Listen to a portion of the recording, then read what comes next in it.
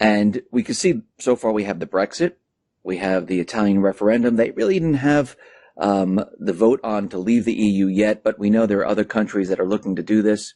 And one thing I see from all of this is that nothing has actually been done yet. Yes, we've had the referendums, like in the UK, but they haven't invoked Article 50 as of yet. Italy, they've taken the first step. So do you think the bankers, the central bankers, are they going to stop this from continuing? Do they have the ability to stop it? No. This truly is a revolution around the world. And, obviously the big one is the Trump, winning the election, that the bankers were sure that they had rigged everything properly. But from what I can see, the good guys are absolutely winning this war. For years, people were telling me that there are no good guys and, there's no outside savior that's going to come and help us. I believe that there is no outside savior. The good guys are us and the things that we do. And there are some powerful people within the military that are working to take down these banksters and the bad guys and the pedophilia guys. All this, the whole system is changing and it's coming apart. And it's not going to stop with the Italian referendum. With Italy right now, you got the ECB absolutely rigging every market, just like in the United States, to keep things together. But they're going to fall. Every nation state or whatever they are in Europe, they completely lost their nation when they signed up with the EU, because if you don't have control of your own money, you're absolutely screwed. And how the people of Europe let this happen in the first place is beyond me. But now they're saying no more. We learned the errors of our ways. But the problem, of course, is going to be that they have no other form of currency. And so it's pretty much guaranteed to be a rocky road for everyone, even within the United States from here on out. And this will continue in Europe. It was always kind of the plan to have Europe go first and then the United States as far as the economic crash and the monetary implosion and the implosion of the derivative market. So yeah, things are moving right along. It's picking up speed, going faster and faster into the new year. Lots of signs pointing to massive changes next year. And I'm knee deep in that, trying to understand how this will all play out. Nobody really knows how it's going to play out, but the long-awaited transition is in full bloom, and it's easy to see now with the Brexit and the Trump win and the Italy referendum, and you're going to see it just tick one by one throughout Europe, that people are going to throw off their suppressive leaders and pick somebody new, completely different, with a different idea for their country. And they have to, because we're approaching a time when everything that was old will be thrown out, and we're going to have to reconstruct something new for the future. You mentioned Trump, and we see that Jill Stein, backed by Soros, probably Clinton, they're pushing these recounts in Pennsylvania, Michigan, Wisconsin. Do you believe these recounts are really to, the purpose is to recount the votes, or is there something underneath this that they're really trying to do? Well, it's their last ditch effort to it's not about the recounts. The vote was rigged. All votes are rigged these days with computers. The question was who had the rigging power, and Trump had the rigging power. The good guys had power over George Soros, who literally funds and creates these voting machines, the electronic voting machines. But it's much deeper than that. They won't be able to stop Trump from getting into the office, if anybody gets in the office, as long as, the world doesn't fall apart between now and January 20th. But the whole idea of the recount was to delay the electoral votes that are supposed to be cast on the 20th of December, and then they're counted on the 3rd of January by the new Senate. And if it will probably go to a vote in the House and the Senate, whether or not the electoral, votes will be honored, which is the right. Anybody can raise their hand on January 3rd when the electoral votes are being counted and say, I want a vote within the House and the Senate. But the problem, obviously, is that Republicans control the House and the Senate.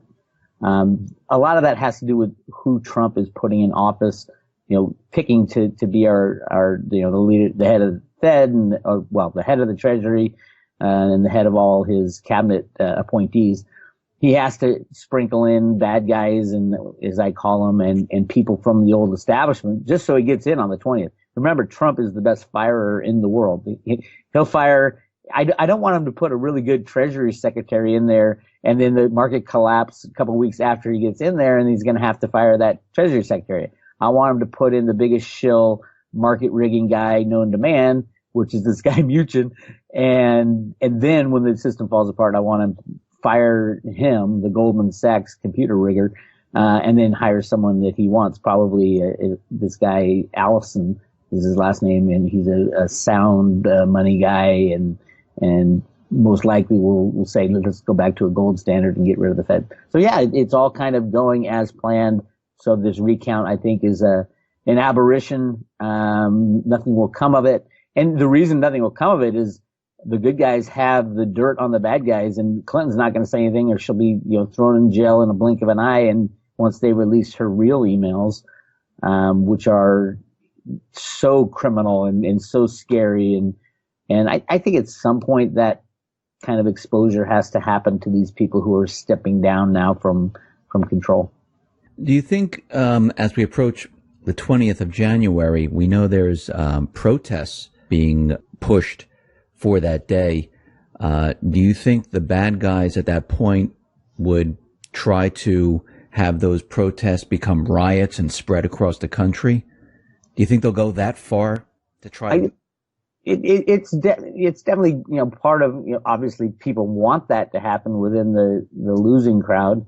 People who, the Democrats and the people who lost this vote and think Trump's the Antichrist. I would say, it might have some legs for a little bit, but it doesn't have the emotional power behind it. People want change, and Clinton clearly was not change. And the fact that Trump's in there, Trump has already showed that, he's backed off on so many things already. The only way that Trump got elected was to be the ass that he presented himself to be. If you remember in 2008 and, was it 2008 and 2012 that Ron Paul was running for president. Ron Paul got eaten alive by these people. They were calling him a racist. If you're calling Ron Paul a racist, who could ever go up against the machine that is the Republican and Democratic Party? And Trump was the guy. I mean, he took out the Democratic Party. He took out the Republican Party. You had to be that kind of an ass to win, to even get in position, and he won it. And now you can see he's starting to back off, saying, okay, let's use good judgment here going forward. Yes, it is good judgment to stop people from coming into your country, who are looking to harm you. So there's a lot of good judgment that the far left will not like, but yeah, I don't see the momentum behind, other than, Soros and maybe, I don't even think the Clintons. I think the Clintons just want to run away now because they're starting to be exposed. There will be some people, George Soros might fund some of these riots and things, but it won't last long if they do last at all.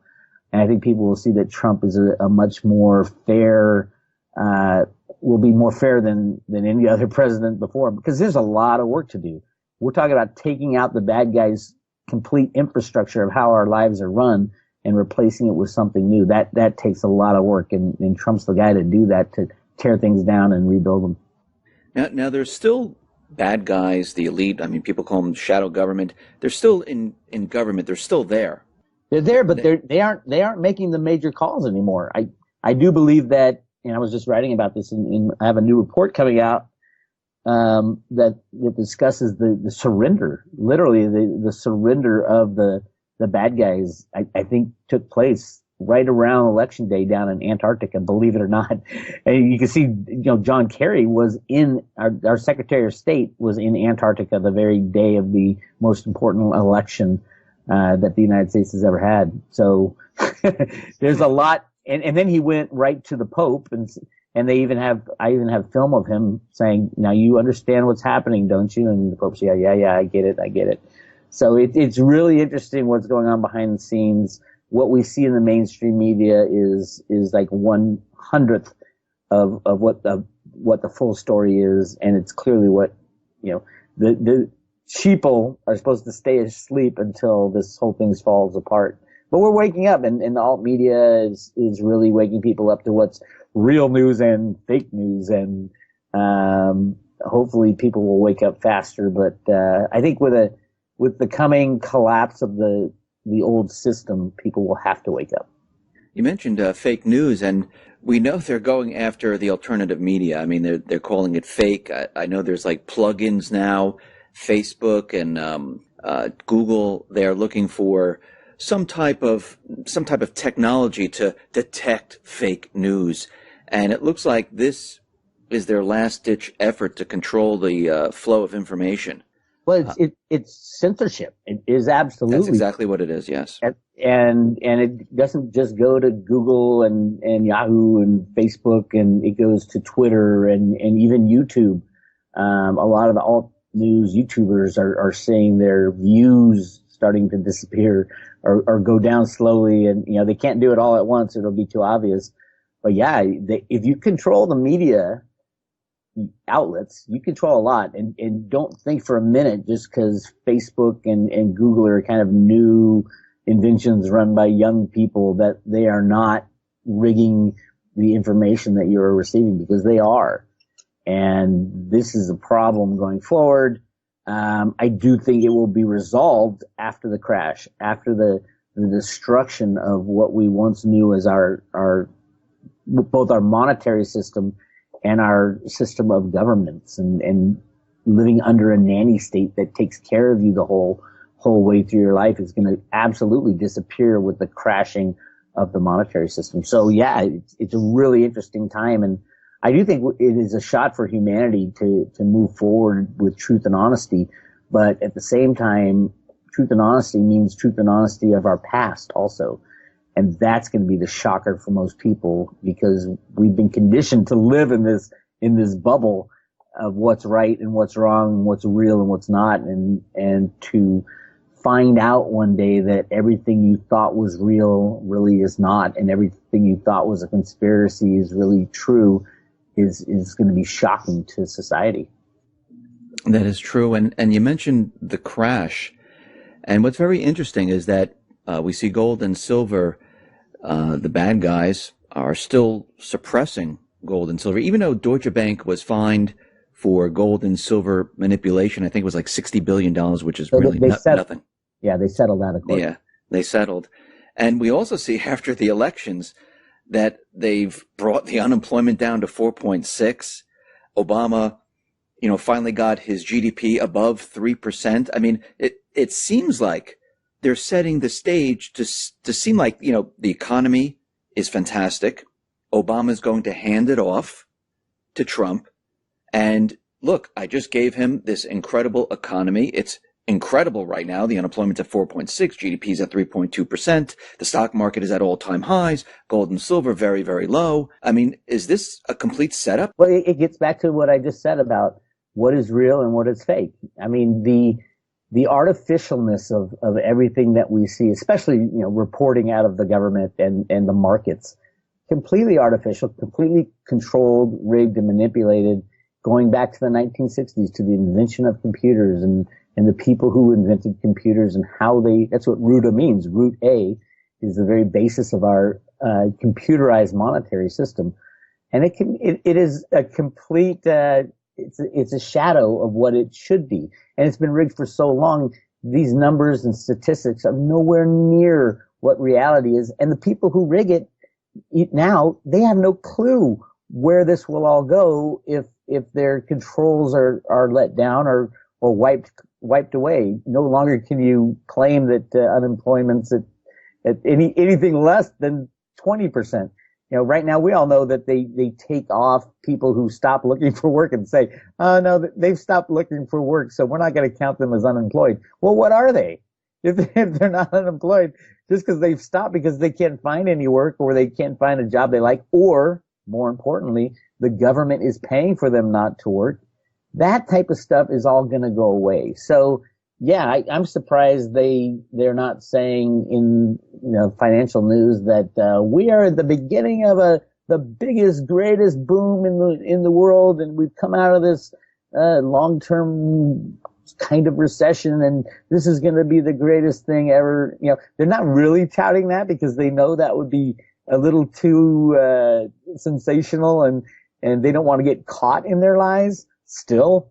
But saying that we're in good shape when Deutsche Bank, the world's largest derivative holder, is thinking about going bankrupt because the United States is going to fine them $16 billion. Well, they hold $50 trillion in derivatives. Why is no one talking about that? Why isn't anybody talking about the Deutsche Bank sovereign bond holdings all throughout Europe? They're the largest holder of European bonds in these European countries, Italy, Spain, France, you name it in Europe they're falling apart, and they're gonna default on their bonds, and that's gonna be really ugly for the derivative world. So yeah, everything is fiction. And once the system crashes, and it's gonna crash overall, everything, as in every stock, every bond, it's the exchanges that are the problem. And they're all over rehypothecated. And if you think you own a stock in your 401k, let me tell you, you don't. You gave these brokerage houses and mutual funds money, but they never went out and bought stocks for you. They didn't buy it. They used that money to rehypothecate everything else that they do. Your Schwab account, they never went and bought that stock that you think you have in there. It's just a piece of paper telling you that you own it. And you could tell by the amount of volume traded in these stocks every day. Every 5 to 10 days, the full float of the shares of the company are traded, which is ridiculous because you haven't touched your stock forever. It's in your 401k, but other people use it and trade it, and it's just a complete fictitious game of musical chairs. And when the music stops, there's not going to be enough chairs for everybody who holds electronic financial assets.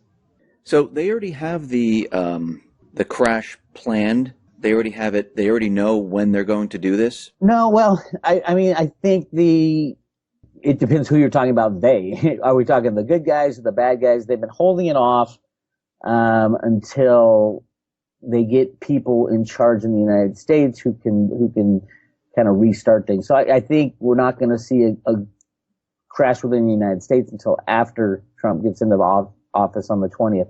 But he's been saying for over a year that he would rather it crash before he gets into office. So yeah, I think at least the bubbles will burst. Now, I don't know if they're going to try to kind of rejigger the same system. I doubt they will. I think it will be more of you can't control the derivative bubble when it bursts. And in Europe, that's exactly what is going to happen with all these countries kind of bailing on the financial elite. The ending of the euro will destroy every unbacked fiat currency. And there's no doubt about that, including the United States. You're talking about something that has never happened in the history of humanity. The ending of a type of currency that is unbacked. It is the second largest currency, I believe, still in the world as far as acceptance. And ending that will be catastrophic, especially because of the derivative bets that are interlaid within this whole financial game. It's interesting. We're definitely at that time. And the analysis I'm doing right now of the Economist magazine cover is saying exactly that. We're at that time of the crash, and whether it happens before January 20th or within the first half of next year is questionable. But remember, the crash isn't going to be caused because the good guys or the bad guys go in and start fiddling with the markets. The crash is going to be caused when support is removed from fiddling with the markets. The markets have been fiddled with and controlled and under computer control since the 1970s. All you have to do is remove that control and everything goes down. So once that control is removed, what happens next? Is this the transition into a completely new system? That's exactly what I've been calling it, is the transition. And the transition has started. It started, well, if you look back, it started a long time ago. But it's the end of the road to Roota, the end of the manipulation via computer controls of our system, and the replacement of with something new, something more sound. And I believe we will return to some form of gold standard. It's exactly what was foretold in the Road to Roota documents that came out of the Fed, Boston. But it might take a few failures as far as rejiggering the system. So the IMF might come and say, "Oh, you countries, you don't know what you're doing. We have these special drawing rights that we're going to use as money going forward." Well, nobody trusts the IMF, so that will fail. And then the United States might say, "Well, we're gonna back our currency with land," or which is, how do you back a currency with land? We have land and it's backed. It's ridiculous. The big problem is that we have relied on faith for so long, and we have accepted the fiat monetary system just purely on faith. It used to be the faith and credit of the United States. Well, that's gone now. And then it was the faith that the taxpayers will pay their taxes. Well, who cares if the taxpayers pay their taxes when you have a debt that is unmanageable and unpayable? The real debt, not the 20 trillion that they talk about, but the future liabilities are just off the charts, hundreds of trillions. So it comes back to what are the people going to accept, and what will they believe?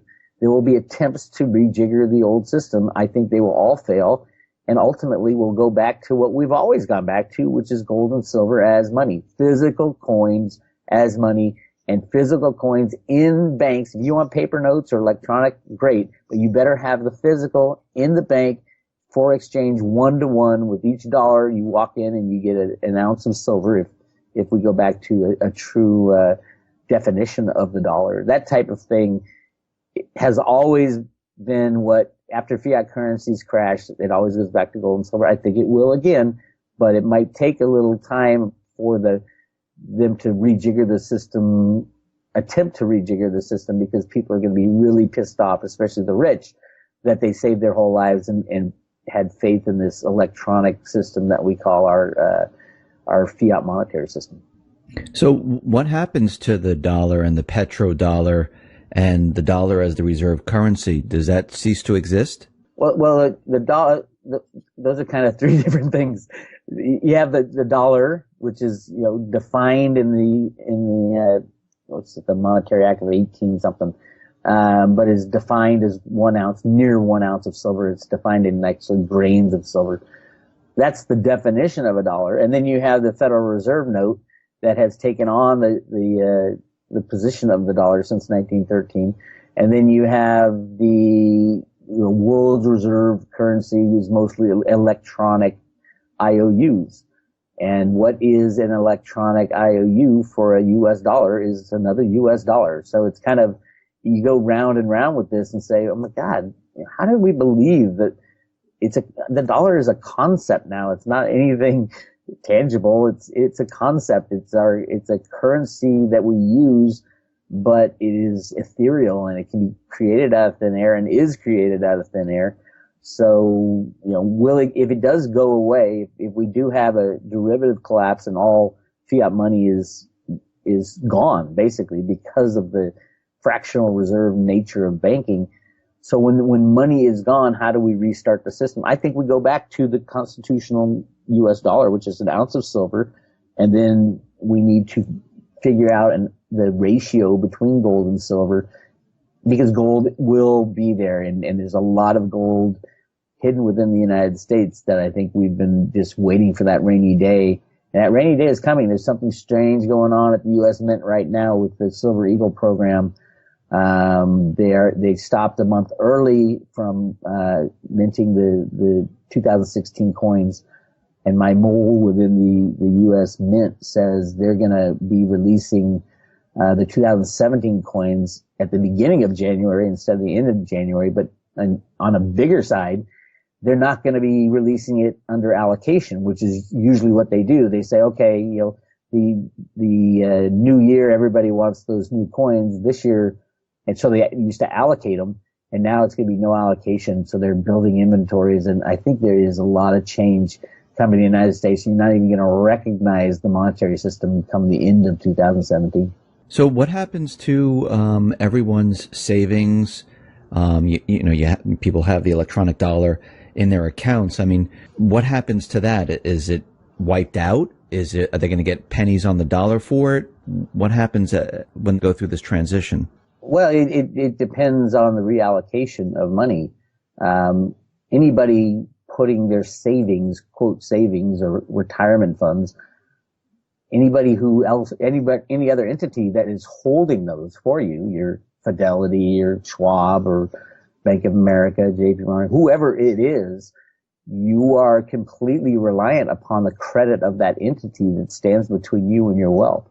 So if Deutsche Bank goes down in Europe and JP Morgan has 10 or 20 trillion in derivatives with them, JP Morgan, and you hold your savings account or anything with JP Morgan, that credit is destroyed. So in same with Fidelity and Schwab. Remember, they don't buy those stocks for you; they rehypothecate them. So they're fractionally reserved just like everybody else, and it goes away. It will be gone. You made the mistake of putting your money with a credit that it was not sound, was not reliable. And then FDIC insurance, which is supposed to guarantee, I think it's $250,000 or something to that effect. The FDIC has no money to back up their insurance spends. I think it's 1% or 2% of FDIC, or it used to be 1 or 2% of FDIC insurance is actually held in reserve at the FDIC. And that we saw that go away with Bernie Madoff, and it goes away so fast in the crashing of the banks back in 2008. Here's the deal. They changed the law with the Dodd-Frank Act so that now the FDIC has to guarantee the derivative markets with the banks first and pay those out before any mom and pop gets their savings or checking account insurance, which basically, and that's hundreds of trillions of dollars. So basically it guarantees that there will be no bailout when the banks come begging to Congress, which they will. Just like in 2008, they begged for $700 billion. This time it'll be 20 or 30 trillion, but that there is not enough money available in the world to cover the derivative situation. And that was put in the Dodd-Frank Act for a very specific reason, to ensure that there wouldn't be a bailout this next time. So yeah, if you hold money, if somebody else holds your wealth, you will lose it. It is a guaranteed fact. You will lose it in the crash. You can beg for reallocation of new money and all that all you want, but it was your mistake to trust that these credits would survive any kind of banking collapse that's in the future. So how does gold and silver protect you? I say it, many people say it, you should have the physical gold and, keep it out of the system. In the end, how will this protect you? What do you do with it? Well, you keep it, you hide it, you store it on your own possession, make sure there's no credits between you, no business credits. You don't hold it in a vault. You don't, third party vault. You don't hold it in a certificate or SLV or GLD, the exchange traded funds, because all those credits need to stay, all those companies need to stay in business. Gold and silver has always been the kind of go-to money. It's still constitutional money within the United States. It has always been the form of money that people have turned to when there's a monetary crisis or when there's a monetary collapse. Now, this just happens to be the biggest bubble in the history of bubbles on the monetary scene, the bubble of fiat money. And everybody at some point, if you don't have physical gold and silver in your hand, you will be kicking yourself that you didn't make that step to remove the money from SLV or GLD, remove the money from even banking or mining shares. There's going to be no exchanges open, And there's going to be, most mines within the United States and around the world will be nationalized, because when the system collapses, a country will not allow just a handful of people to be in control of the wealth of the future wealth of the nation. So yeah, I think even in the United States, there's going to be a lot of nationalization. And the Fed Boston comic books say exactly that. You know, should the government be digging the metal that is used as money out of the ground, or should it be private companies and private individuals? Should that ownership, continue? But remember also, with rehypothecation, you don't own those mining shares anyway. Even if you certificate them and you walk up to the mine and say, "Hey, I have a certificate," well, everybody got screwed in this collapse. So your certificate, they'll say, "Go wipe your butt with your certificate." The rule of law won't even be enforceable when it comes to that type of stuff, because of the rehypothecation of all the certificates out there, all the fake shares that are traded every day. Even the SEC in their own documentation says over 200 million shares are not settled every day. And it's just insane even what they admit, and that's only the things they admit. So yeah, the insanity continues, and if you don't have physical metal in your own possession, I think you're absolutely crazy, and expect to lose everything that's electronic held by a third party. For those financial institutions that still exist during this transition period, there will be none. There'll be none at all. So, well, which one would? I mean, a small mom and pop, maybe. No.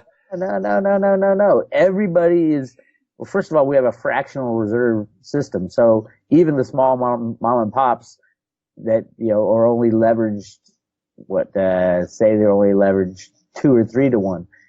Leverage is leverage. Remember, all their customers are going to have lost everything too, because of when the large banks go down, the small banks go down, and when the small banks go down, the credit unions go down, and because it's all intertwined, it's all intermixed. Yeah, they might not have derivatives, but all their customers lose everything too, and their customers will be running to the bank to withdraw whatever cash they might be able to get their hands on, which is impossible in a fractional reserve system. You got It's a Wonderful Life type of event. It's a run on a bank, and the banks don't have the money. Their money, your money's invested in Joe's house and in Fred's house. It's the same thing that goes. A monetary system, a large bank that collapses, they call them too big to fail. If one fails, the reason it was too big to fail is that if it fails, every other monetary institution would fail as well. So I just want to make this clear. So when this happens, there'll be no place to run to get your money. Well, there will be no money to be had. I mean, people are going to run to. I mean, if I'm living in a certain town, they're going to run to their bank, right? They'll run to their bank, right? I want my money. I'm going to go to ATM. I'm going to try to get into the bank. I want my money. And the first 2 or 3% will be able to get their money out, and then all of a sudden the bank has no money, because remember, they are fractionally reserved. And they don't even hold the money truthfully anymore. That's but true. even if theoretically, if they're a conservative leverage is say 8 or 9 or 10 to 1. If they're 10 to 1 and you have 10% of your customers saying, "I want my money," they pull it out, the bank has nothing. So they have nothing to give to anybody else. It's all invested in other types of assets. Now, say they start selling, which everybody does, start selling those other type of assets. Those assets go down a whole lot faster because everybody's selling the same thing to just get some kind of liquidity. And then they just throw up their hands, shut the door, and walk away. And that's what will happen. And then you rely on your government, and your government has already said, well, we changed the law, and it's only derivatives get paid out first, and the hundreds of trillions of dollars, we don't have those, so we go to Congress. They go to Congress, and this progression you can see it happened in 2008, but they gave them the bailout. This time they'll be going to Congress, say, well, we need 20 or 30 trillion, but also we're going to have to bail out we're going to have to give the FDIC a couple hundred trillion for the derivative problem, because that has to be paid out first. And Congress will say no. Congress wouldn't even be allowed to say yes to another $700 billion bailout, much less hundreds of trillions. something so outrageous and so angering to the people because we got screwed once again by this financial system and the banksters. There'll be a lot of anger out there. No way Congress is going to get away with another bailout. Throughout this transition and when the system comes back online and whatever they're going to do, and people have, the paper with their accountant says, okay, I have, $50,000 in the account. What do? They bring the... No. Well, yeah, no, you don't have you have $50,000 that was held by a company called Bank of America. Bank of America is insolvent. It has zero. You have zero. You have nothing. Now, the question is, with the new system, when a new form of money is reallocated, and the Fed Boston talks a lot about this in the Road to Roota papers. When a new form of money is reallocated, you have to have buy-in from the people. That is the hardest part, the redistribution of the monetary wealth of a nation after a crash like this. No, the rich aren't going to be able to come in and say, hey, I had $3 million. I want my $3 million. No, it's not going to happen. What's going to happen, I believe, and the Fed Boston wasn't even sure of this, is that they had a system in place, not in place, but planned where they will allocate money according to your Social Security balances, which is really interesting because what that would do is it wouldn't do anything for those who have large savings accounts or anything like that. Those would be gone. But what it does is that it reallocates money according to who's paid into the system the longest. Because Social Security balances, you think now Social Security is like nothing. You can't live off it. That's because they've been hyperinflating the currency. But if all other money is gone, those Social Security balances in real U.S. dollars, a monetary system backed by gold or silver, that would be a whole different thing. And so those who have put in the most work over time will get the most, and those who have put in less will get a lesser amount. I think everybody would start with like a base currency, say everybody has, $100 in gold and silver added to your account if you're a taxpayer, type of thing like that. And then we'll reallocate some money to the wealthy. And then over time, as people work harder, they'll make more money and, the system will get up and running again. But again, this is extremely difficult to do. And it especially coming from an electronic monetary system, how are they going to rejigger the system to, start the flow of capital again? It's going to be really difficult. I think it'll be nation by nation, and we will shut our borders. And the cover of the 2017 Economist magazine has this hermit card on the top right. It's these tarot cards that I've analyzed, really interesting stuff about how this will all go down. But I think we will stop trading with people for a while, and no one would accept the U.S. dollar, obviously, but, issue a new form of currency based on sound money, based on gold and silver, because those people that have rigged our system for so long and abused it for so long will not be trusted. And it's all about trust when it comes to fiat money. So yeah, there are plans, but, even the Fed says in the Road to Roota stuff that they don't even know if the people will accept something like that. Something is kind of fair as, redistribution of money according to Social Security balances. So yeah, it's going to be tough, and there's no doubt about it. We have started the process, and between now and the next few months, it'll kick into high gear, and 2017 will be that year of transition. So if people can't get their currency out, and we have a complete meltdown of the system, what about goods, supplies, things, being delivered to stores? Well, that's the other problem. We have what they call a just-in-time delivery system now. It used to be there was warehouses full of stuff, and they'd send them to the stores. And when a company wanted to build their inventory, they would build warehouses. Now you order something, and the warehouses are trucks and ships that ship it all. And because of the cost of holding large amounts of inventory, it's opportunity cost, but it's also a financial cost of holding value, and that value is not out there making money. People don't have large inventories. If you look at grocery stores, they have enough for a couple days before they get their next shipment. Now, in times of emergency, it goes from a couple of days to a couple hours, to run and get stuff. But yeah, that's the problem. Is the whole commerce problem? Is that the world has changed, and will the internet even be working? It takes companies surviving and thriving, and and being maintained. Will the internet be working? I don't even know. I mean, there are so many issues that this is going to affect, and that's exactly where we're headed. In the time of transition, the beginning part is going to be horrific. Many millions will die, literally die, from all kinds of problems, to the lack of power, to the lack of availability of medicine, to food, to riots and civil disobedience, and the government won't even be working because there'll be no money to pay the government. And our government is so overblown. I think it's 30 million people now either work for or are contractors and completely depend on the U.S. government, which is insane, the federal government, because our founding fathers wanted a tiny, tiny, tiny federal government, and you can see the consequences now of a government being so overblown that they control our lives. And you take that out, you take the nanny away from the nanny state, and you got a lot of chaos. Ultimately, it would be good, I think, for humanity, but there's a lot of chaos getting from here to there. When all's said and done, is the private central bank, is that still going to be in existence? No, not even anything resembling a private central bank. And I had talked a lot about where this whole concept of the Federal Reserve Bank in the U.S. came from, and why we rejected it so many times until 1913.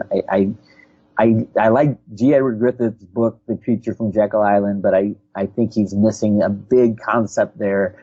And the big concept behind all that is this gigantic gold mine that they found within the Grand Canyon that would have destroyed the monetary system had it been released, because it was literally millions of tons of gold. Not at the time, there was, I think, 100 million ounces of gold floating around, but literally the mines, the gold discoveries just within the United States are going to blow away all statistics of what we've been told, how much, the 2 Olympic swimming pools of gold is so ridiculous. That was invented by Harry Oppenheimer in the 1960s because he controlled the gold markets in South Africa. So yeah, the whole world, all the lies are going to be taken away and changed. And I think we will be moving into something new, something different at a time when we desperately, desperately need a little dose of reality to hit us in the face. Bix, thank you very much for being on the X22 Report Spotlight. Once again, how can people see your work? Go to roadtoroota.com, sign up for free emails. And I've got a report coming out this week on the Economist magazine cover that it's amazing. It has the spread of tarot cards and all the stuff we've been talking about today. It is symbolized in these cards, and I go through a long report on that. So you can check out that report. It's going to be $15